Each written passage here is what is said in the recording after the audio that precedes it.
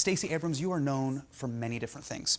Your career as a state legislator and House Minority Leader. Your work on voting rights, which we'll get to later. Helping Democrats win the Senate in 2020. But one thing a lot of people do not know is that you have incredible pop culture knowledge when it comes to Law & Order, The West Wing, and Star Trek. Let's play a little game called Stacey Abrams, Human IMDb. Question 1, in Law & Order Season 11, Episode 1, where a, quote, a suspicious apartment fire leaves a severely disabled boy dead of smoke inhalation. Who was the guest star? I cannot tell you who the guest star was, but I do know the episode you're talking about. It's Rudy Giuliani. Yeah, you said guest star. You used star. That did not count. But how do you ignore Rudy Giuliani? I practice that every day. Question 2. In Law & Order Season 19, Episode 10, where 2 biologists at a local university come home to find their son and their housekeeper murdered. Who was the guest star? Season 19, Jesse L. Martin's gone. It's Anthony Anderson, and I don't know. Timothée Chalamet. Again. All right, I'll give you a follow-up. Okay.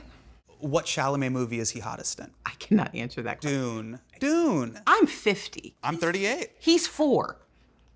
I don't pay attention. Okay. Okay. If you ask me anything about Idris Elba, we could elevate this conversation immediately. I got you. All right. Question 3.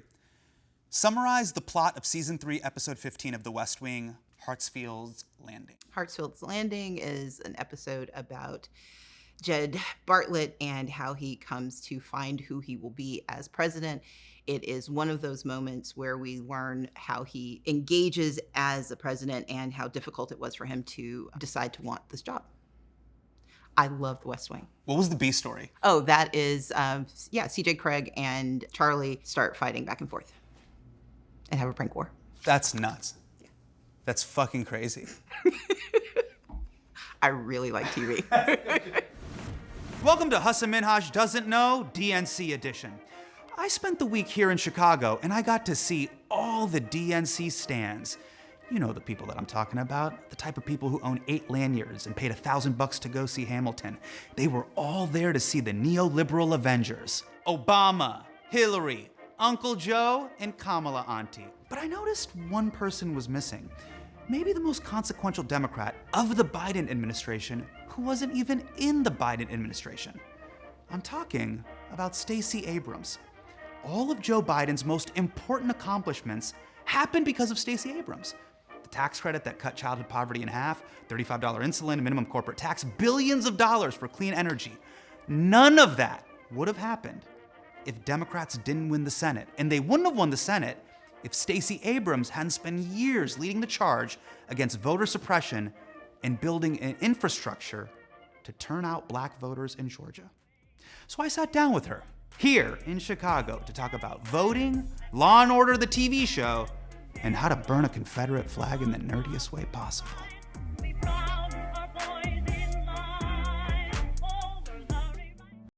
Last time we saw each other was the HBO Yes, little so thing that we I'm did. always sitting in chairs with you. Shall I call you Leader Harris or? Well, Harris is not my name. I'm sorry, not Leader Harris. Leader Abrams. I mean, I'm you sorry. can call me what you want. Leader right? Abrams. I got nervous. I got Yeah, nervous. look, They go open the interview and you have to ask, is it? Given the emphasis you put on names, that was just really funny. Bars. Deeply ironic. Bars. I'm That just is saying. so ironic. I'm just saying. Fuck. I'm gonna own that for a while. Nicely now. done. Thank you very much. Leader Abrams. Thank you so much. Leader Stacey Abrams, thank you so much for joining us. Thanks for having me. This is an honor. How do you feel about the prospects for this Harris-Walz bill for the Democratic Party? I think we are positioned to win. We cannot ignore, in fact, we should lift up and celebrate the historical nature of this ticket, the fact that we have 2 Gen Xers on the ticket. And you may have heard, Vice President Harris is the first Black woman, the first South Asian woman. I got the memo. Yes, and so people have noticed that. Yes. But I think what's also part of this moment is it feels like not only a corner has been turned, it feels like newness has returned to our politics. And we've survived. 4 years of Donald Trump, we thrived, I think, in terms of what was delivered by a Biden administration. But for anyone who's gone through difficult times, there's a bit of trauma associated with the last 8 years. And I think Vice President Harris and Governor Walz feel like something new, something different, something we haven't felt or seen in a while. Getting a little serious here, as a minority in this country, I always have my spidey sense on when it comes to politics. We can be deeply pessimistic, at times nihilistic when it comes to the political process. I'm an Indian man, you're a black woman. Kamala Harris is Voltron of me and you. There you go. So let's just racist game theory this out. Is this country too racist and sexist to elect a black woman as president? Demographics aren't destiny, they are opportunity. But what that means in this moment is that coalitions get built because of possibility. The coalition that brings together the growing South Asian population in the United States, that brings together a black population that feels sometimes taken for granted, often oppressed, and certainly discounted too often by politicians. They can come together with those whose tendency is not to elect either black or brown. So she can be the thing that unites people that... She can. She's a Rorschach test. Okay. And for whomever you are, you see something in her that you can get along with. We're not all going to be on the same WhatsApp chat, but we're all going to see something in her that says this is what we want. And it's that coalition building, that convergence that she serves, Voltron, if you will, her ability to bring all of those things together, connect all those pieces. That's how we get to victory. But what happens, which is very common in politics right now, is identity politics. Both parties do this. And obviously, Donald Trump questioned Vice President Harris's blackness, which, of course, he's going to do. He's a weirdo. He can be psychotic at times. Of course, it's going to happen. But then people in the black community have also questioned Vice President Harris's blackness.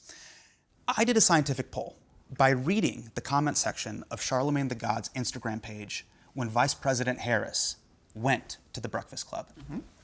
Here's what I found. We got Dr. Mr. Boy 27. Sometimes she's Indian, sometimes she's black. We got Young _237. She was sworn into the United States Senate as the first Indian American woman. Not black, not African American, Indian American. She only claims black around this time. 2,426 likes. L Showtime 85, BLM only during election, laughing face, laughing face, laughing face. I am genuinely curious. This is not a baiting question. Okay. What do you think about this conversation? Because it confuses me. I'm not confused by the conversation, and I'm not concerned by it because this conversation happens. It's happening in public because we are at a place where it's now a national discussion. Right. But here's the reality. We live in a nation, and I need you to lean in for this. Sure. Race has impact in this country. Yes. It colors how we see things. Of course. And for communities that have never been seen or heard, they are now being weaponized to diminish her capacity and her possibilities. The intention of pitting her blackness against her Indian heritage is designed to say that we can't get along. Right. Designed to say that these two things can't coexist. Because I was confused where I was like, guys, someone can be biracial. In fact, it's a whole section in the census. Yes. So, but it gets likes, Right. It gets commentary. And why does that identity have to be in conflict with one another? Because, again, I'm confused. I was like, I don't understand. One of the best ways to win a war, to win a battle, is to pit possible allies against each other. So I really agree with that. And that was a feeling I could not articulate. Yeah. This is not new. I feel both the Democratic Party and the Republican Party lean into identity. And I agree with what you're saying. Identity is intrinsic to who we are. There's no, and I don't want to fall down that trap of never make it an identity. Identity has nothing to do with it. That's like a bad faith argument. But are you afraid that when it gets to this point, it takes on a life of its own? You know how when you do Hot Ones, the show, and there's 6 Hot Ones bottles? And I'm like, let's keep it at 4. Do you feel like taking identity this far, it becomes a distraction? I don't think it becomes a distraction for the people who actually know what you're talking about. And for the people for whom it is a distraction, they've never engaged the conversation. I'm a black woman from the South. We've talked about race. We've talked about color. We've talked about shades. Every community that has had melanin or doesn't have melanin has conversations about color. The question is whether we allow that to distract us from the underlying question. This isn't a question of her race. This is a question of her capacity. And they are trying to pit communities against one another because the undertone and the dog whistle is whether she can have the job. I think there's somebody else who agrees with you and has an additional statement. And that is? At Dark Shadow DJ. Okay. Who cares if she black or not? What them policies look like. I could have said it more succinctly, so thank you, Dark Shadow. You've campaigned and fought the good fight, and you know what it takes to get on the campaign trail and message. What advice would you give the Harris-Waltz bill, knowing some of the uphill battles that you clearly faced in Georgia, that she's clearly facing with the distraction nonsense of the comment section, that then becomes weaponized and literally, like the New York Times, the media, it becomes weeks-long stories. Yeah. This is why it was a long walk to get to Dark Shadow DJ. Because the long division of all this nonsense was like, yeah, this is a waste of time and it's a distraction.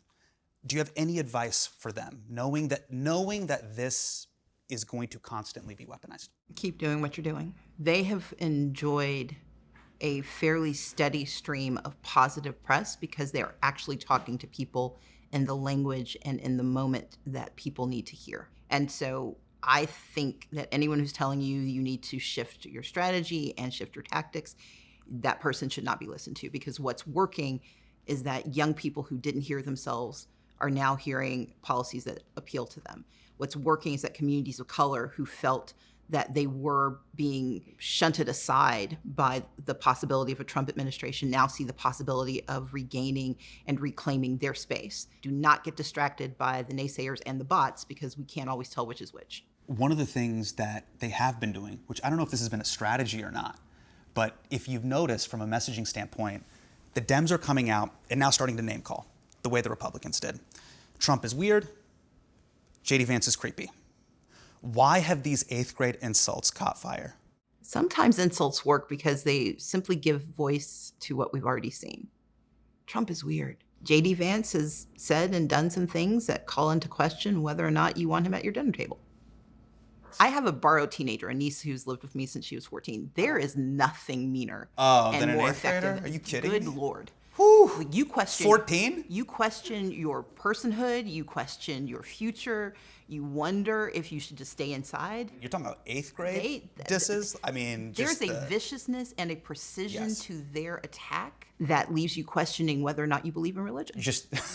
It's, you come in with big J.D. Vance, did you fart energy? And he's like, I didn't fart. Then what's wrong with your face? Both you and Donald Trump, strangely, have one thing in common. This is real. Okay, go. Leader Abrams, this is very real. Bring it on. You both have been extremely effective at increasing voter turnout. Okay. It is true. Thank you. Is there a world where Donald Trump, over the long term, is a good thing for democracy because it wakes people up to get involved and get out and vote? In the abstract, it is always a native good for more people to be involved. However, the question is at what cost? And the real life cost in terms of people's capacity to take care of themselves and their families, the fear, the diminution of our power, both domestically and internationally. He has cost us so much that there is no native good and there is no net benefit. The Supreme Court that he fomented has destroyed so many lives. And so, no, there is no universe in which I would ever countenance that he gets credit for anything other than harm. I was trying to be optimistic, to be honest. I don't. Trying to find sometimes you have a rock bottom moment in life. I remember when I was dating my now wife, there was a moment where she came over to my apartment. This is before I proposed, and there was nothing but a bottle of Sriracha and a Mountain Dew.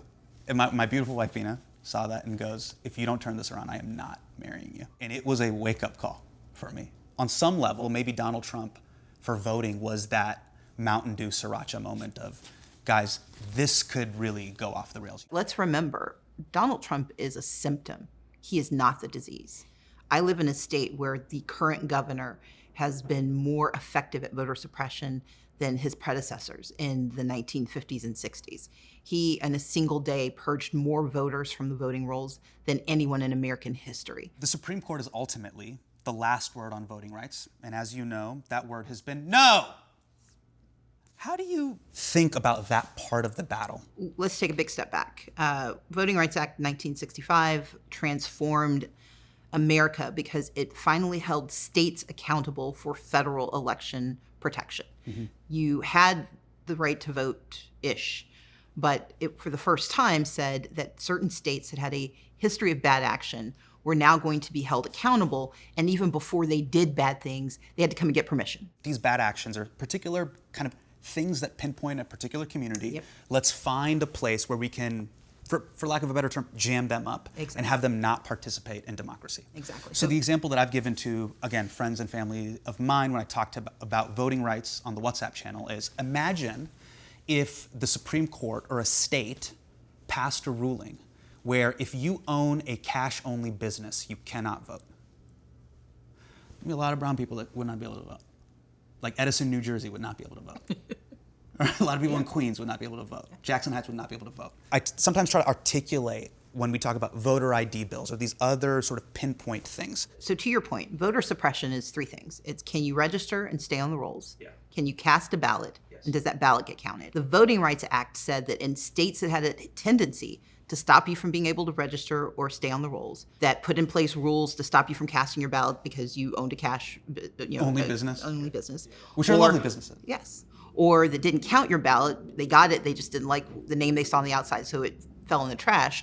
Those things are voter suppression, and it said, we're going to stop you in advance from doing this.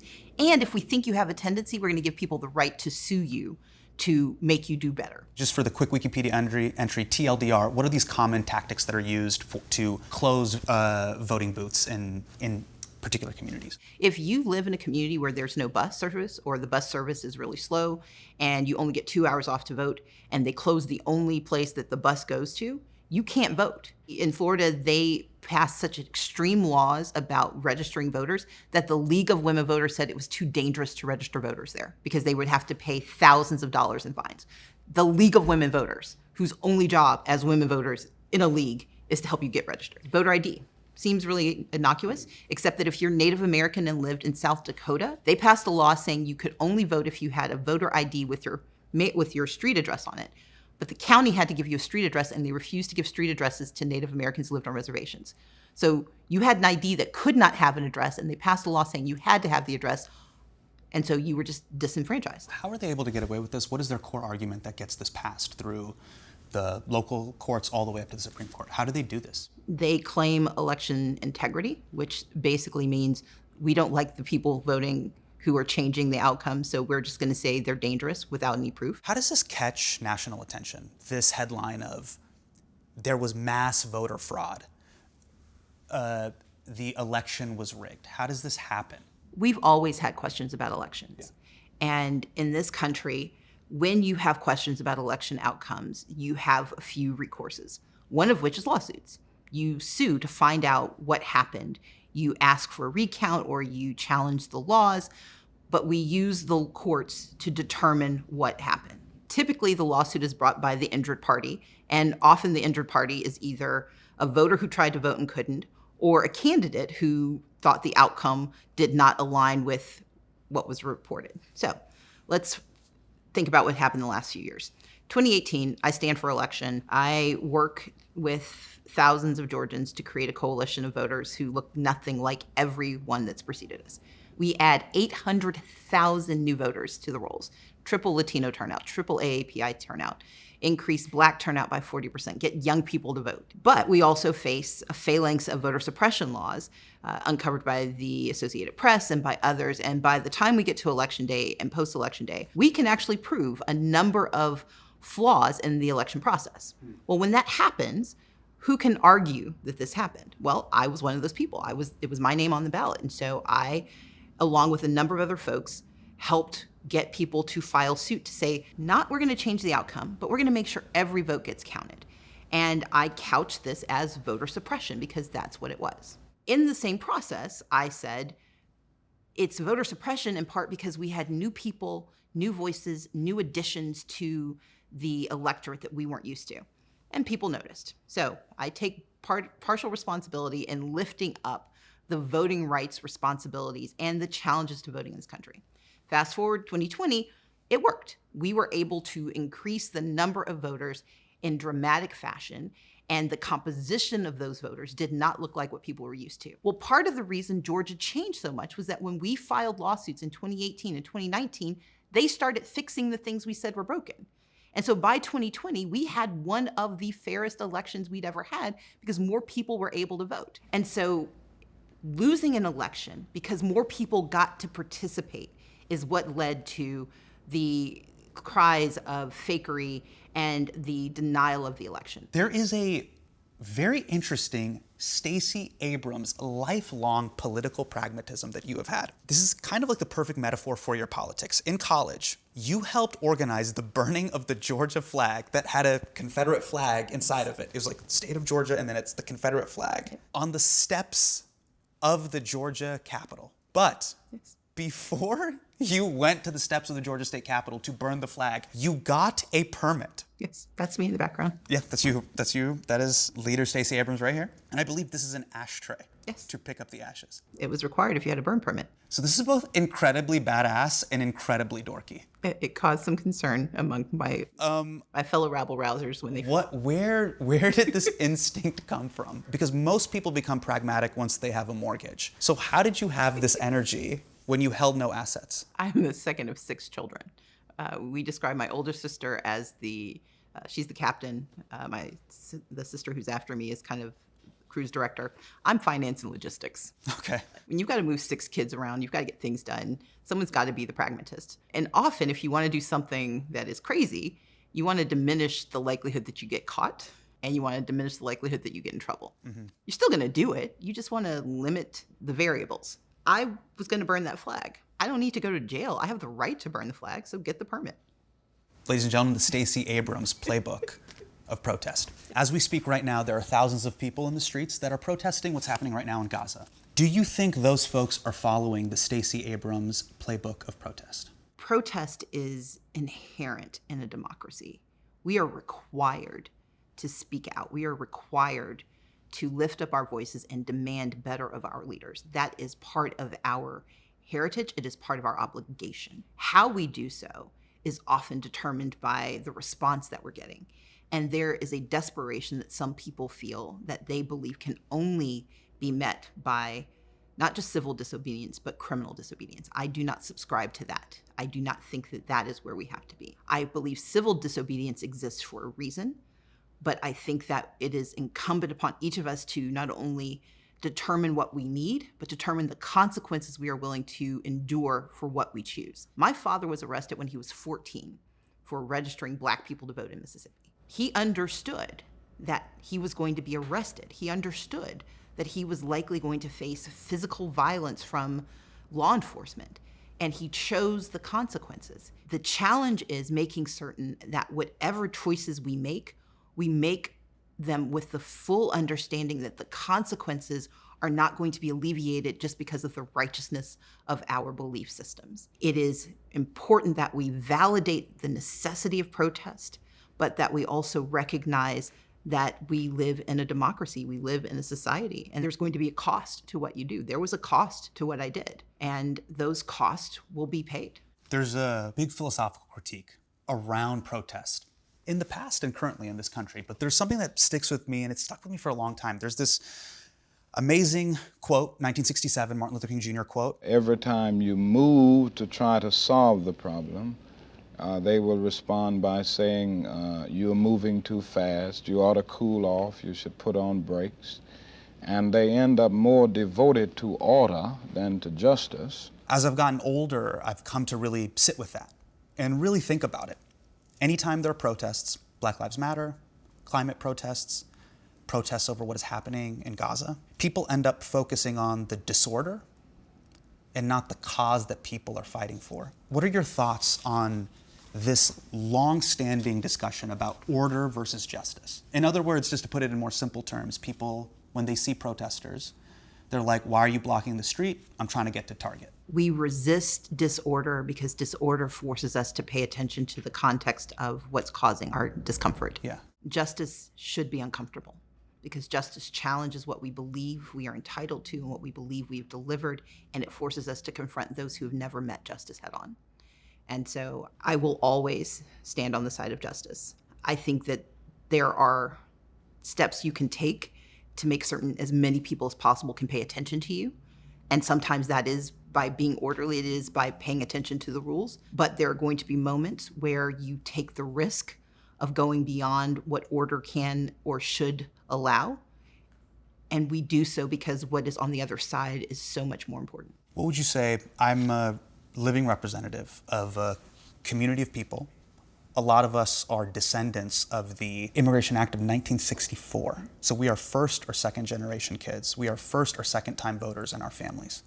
Many of the people that I know that are in my WhatsApp groups feel deeply despondent with the current state of affairs and the current state of the empire, meaning the United States of America in its position in the world. And they feel despondent and nihilistic about voting.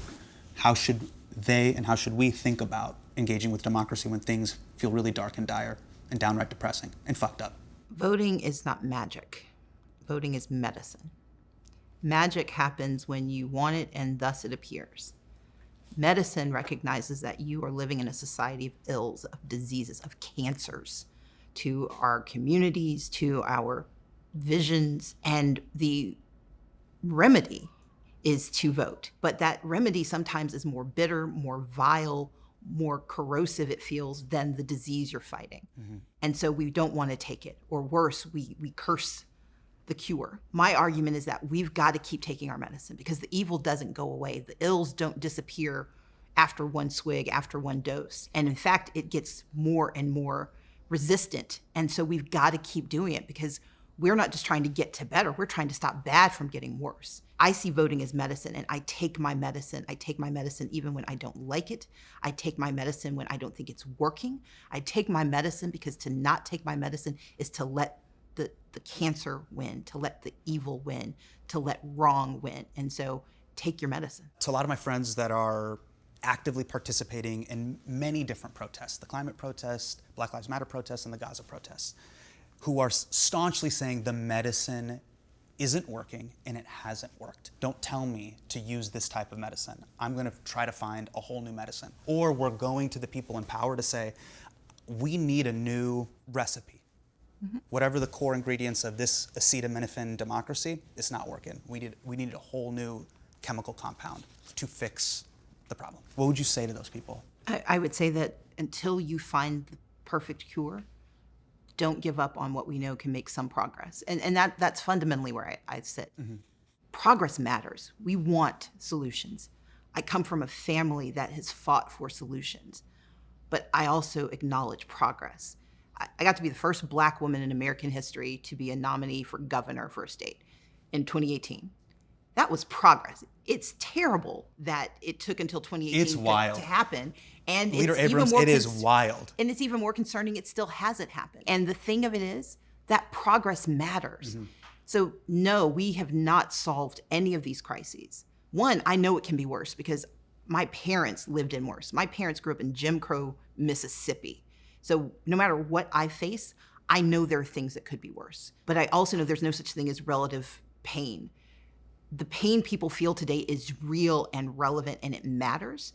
But what I'm not willing to do is wait for better or fight for better without doing something to get good done now. We can do both and. We can't give up one, though, hoping that the other will work. So just so I hear what you're saying, you can participate to do good now to hopefully get better later. I protest and I vote. You tell a story about your parents growing up, and your parents told you, having nothing is not an excuse for doing nothing. That is very different than what I was taught growing up as an Indian American, which is go to school, get into med school, become an orthopedic surgeon, get your fucking bag. What made your parents so benevolent, and why are Indians so selfish? I told you early on, I do not take bait, but I will take the opportunity to celebrate my parents. Okay, but I'm here to tell you, anyone who's doing foot and ankle surgery ain't doing it out of the goodness of their heart. They could be in a low-income community. Okay. So my mom and dad both grew up abject poverty. My dad says he grew up on the wrong side of town. My mom grew up on the wrong side of town. But they grew up both with a very strong belief that not only were they entitled to more, but they were responsible to make sure that other people had more. Mm-hmm. My parents do not believe in zero-sum success. They believe that if they do for others, if they do for themselves, if they do for community, we are all lifted up and we're all better. What is often called, in financial terms, a poverty mindset, to not look at the world as a zero-sum thing. It's truly incredible. Your parents were incredible people. They are remarkable people who I was getting lectured by one of them recently, and I'm like, it's your fault. Like you made us this way. My parents told us, go to church, go to school, take care of each other. My mom would say, no matter how little you have, there's someone with less. Your job is to serve that person. That service lifts you both up. I want to talk about your new podcast. Yes. Maybe this feeds into that. It's called Assembly Required. What's it about? Assembly Required is about the fact that we have big, overwhelming, complicated problems, and we cannot fix it all. So the fantastic movie, Everything Everywhere All at Once, great title, terrible mission statement. We can't fix everything everywhere all at once, but we can fix something somewhere soon. The issue is, how do you fix it? And my approach is, you've got to first be curious. You got to know what the problem is. Then you've got to try to solve the problem. And then you got to do good. When you're doing this, you want to know what the problem is. Why is it a problem? How do you solve it? And the best way to do that is to ask people, find out who's working on it, but also find the part of the problem that you can actually fix. The big, terrible problems we're not going to get solved overnight. But if we can find the pieces that get us in the game, that get us started, that help us wedge open the issue, that's where we start to make real change. You are famous for writing romance novels. I wanted to ask your opinion. Did you see me in the new hit film, It Ends With Us, and what did you think of my performance? I want to talk about my new podcast, Assembly Required, which is about how we build the world we need. Stacey Abrams, I think you didn't watch the movie. I think you are an incredibly intuitive and astute guy. Stacey Abrams, thank you so much. Thank you so much for having me. This was such an honor. This is my delight. Help.com/Hasan right now to save 10% on your first month.